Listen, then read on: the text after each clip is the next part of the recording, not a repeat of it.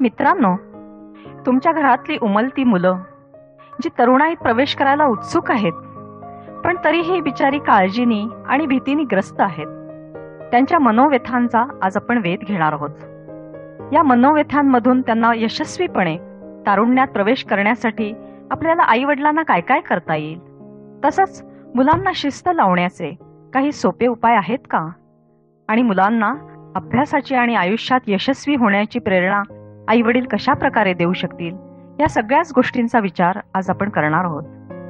पहिल्यांदा आपण पाहूया की मुलांमध्ये बदल कसा कसा घडत जातो. पहिले 3 वर्षापर्यंत साधारण मुलांना वाढवणं हे फार कठीण काम असतं. त्या आई वडील अगदी हैराण असतात की फक्त आपलंच मूल असं काहीतरी विचित्र करताय का, असं त्यांना वाटायला लागतं.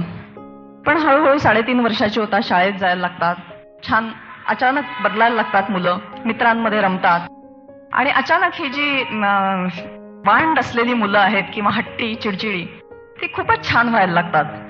अगदी गुड बॉईज आणि गुड गर्ल्स आपण त्यांना असं म्हणू शकतो की 3.5 ते 7-7.5 वर्षापर्यंतचा काळ हा मुलांचा खूप छान जातो. आई वडील अगदी खुश असतात, सगळ्या याचे प्रॉब्लेम सुटलेले, मुलं अभ्यासात हुशार व्हायला लागतात, मित्रांमध्ये रस घ्यायला लागतात, आणि असं वाटतं की चला बाबा एक काळजी मिटली.